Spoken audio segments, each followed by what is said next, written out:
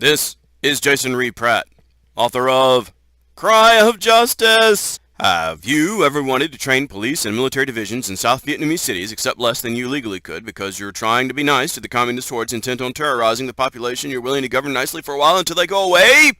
The communists, I mean? Me too! Fortunately, that's what I did on my previous turn of the Crisis Grogs full team match of GMT Games Fire in the Lake, designed by Mark Herman and Volker Runke. And also what I did on my first turn at the end of the first episode. I can entirely guarantee I won't be doing that this episode, however, because we've drawn our first coup now on turn 5. There are 6 coups total in the deck, and one way or another the game will be done when we draw the 6th coup. 4 of those coups succeed, and 2 involve Kai, while 2 coups fail.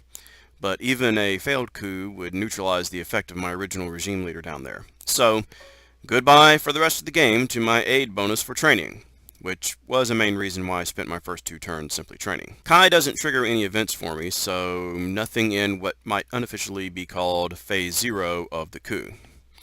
Phase 1, we check if anyone has won the game yet. And Barthart wins with the United States past the post. But not in a full team game, where I, playing Arvin on Team South, the counterinsurgents, have to be past the post too. And I'm still way up here.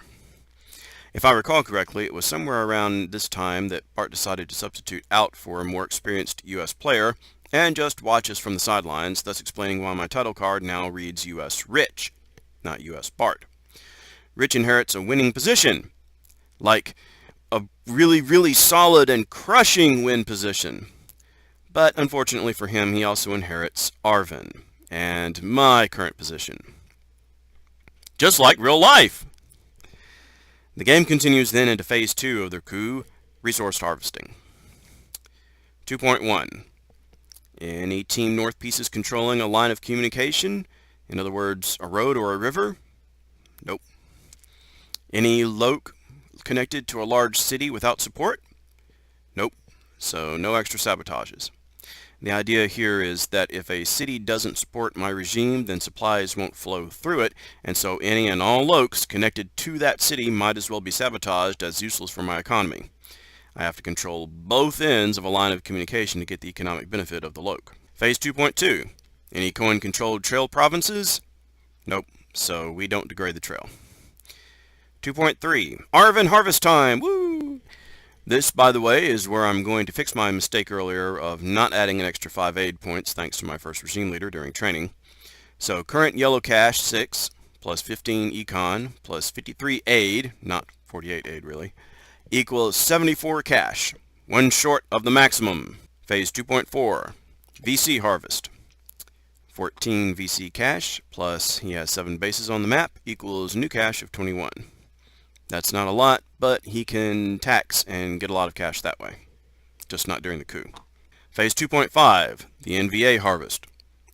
He has 12 current cash, plus 4 bases on the map, plus 6 from 2 times the trail value, 2 times 3 equals 6, equals 22 new cash total.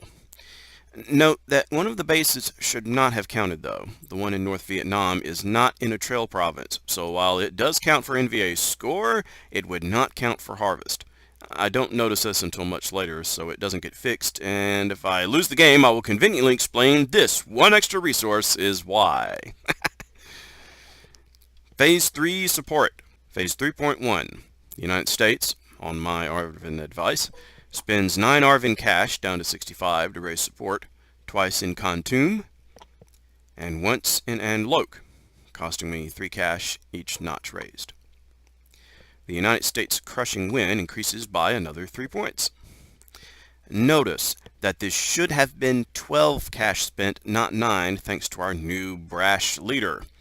Kai forces us to spend 4 of my cash, not 3, adjusting support each notch. I didn't remember this until later, but I will be able to fix it at the start of the next coup. I won't have spent enough of my cash for the extra cost to make a difference before then. Phase 3.2. Arvin passes. In a normal competitive game, I would be given the option here to spend some of that aid money myself to raise support, basically giving my opponent teammate more score in order to help inoculate areas against Team North. But since we're in a fully cooperative team game, the US and Arvin are simply in agreement here. Phase 3.3. The Viet Cong spends 2 cash in Ken Hua, agitating down to neutral. United States score goes down by 4. Note that agitation during a coup does not require activating a hidden spec. He only needs any spec or base at all, plus no coin control in the target area. He could just have a base, and he could still agitate. He doesn't activate the base. Also note, however, that he should not have been able to agitate here because he shouldn't have been able to cross the road yet with his previous march operation. 1 cash in Quang Duc, down again to active opposition. VC score up by 1. 2 cash spent in Pleiku, takes the support down to passive opposition, reduces the US score by 1, and increases the Viet Cong score by 1. And 1 cash spent in Quang Tin, support down to active opposition, increases the VC score by 2 population. The new VC cash is 15. The new US score is 55. The new Viet Cong score is 28. Phase 4, redeploy. 4.1. There are no Team South forces across the border on the trail to remove. 4.2. The Arvin redeploy. This is a little complicated. The first question is, do I have any troops on the lines of communications? No, I don't. Do I have any troops in provinces without coin bases? No, I don't. If I did, I would have to move them off of those spaces and somewhere else. However, I can freely move any troops I do want in other places among Saigon, any cities that are not controlled by the NVA, and any Team South bases. If I had troops on lines of communication or troops in provinces without coin bases, I would have to move them to one of those 3 areas: Saigon, any non-VA city, and any Team South base. So I can move troops around to those areas for redeploy. I'm not forced to, so I'm going to move 1 troop from Cam Ranh to Da Nang, and 1 troop from An Loc to Da Nang. Now, any of my police may, but don't have to, move from anywhere on the map to any line of communication and/or to any coin control area. This, by the way, is one of the few methods by which police can enter the countryside. Once there, they can help serve as military roadblocks on defense and to help with coin control, and they can help pacify the area. But they can't help with assaults. They can only cause casualties while fighting in cities or on locs. Anyway, the orange cube in Quang Nam, I'll move into Da Nang. Phase 4.3, NVA redeployment. But they can only redeploy cubes, and they don't even have any cubes on the board yet, so Dave has to pass. The United States doesn't redeploy. They get commitment soon instead. And the Viet Cong never redeploy at all. Phase 5. Game over, man? No, this is just the first coup. It's not over. Phase 6. U.S. commitment. 6.1. Are there casualties in the box? No, no casualties yet. 6.2. Rich can move up to 10 troops and up to 2 bases, but not specs among any valid areas. Those valid areas are lines of communication, Saigon, areas with coin control, and his available box. Rich moves 2 troops and a base from available into Quang Nam, 2 troops from available into Kontum, and 2 troops from available into Saigon.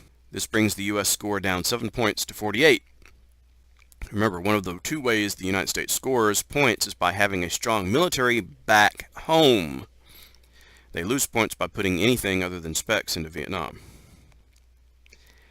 Phase 7, the reset phase.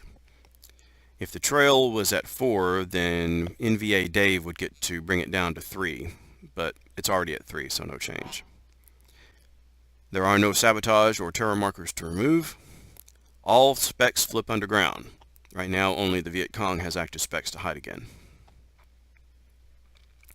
All players become eligible.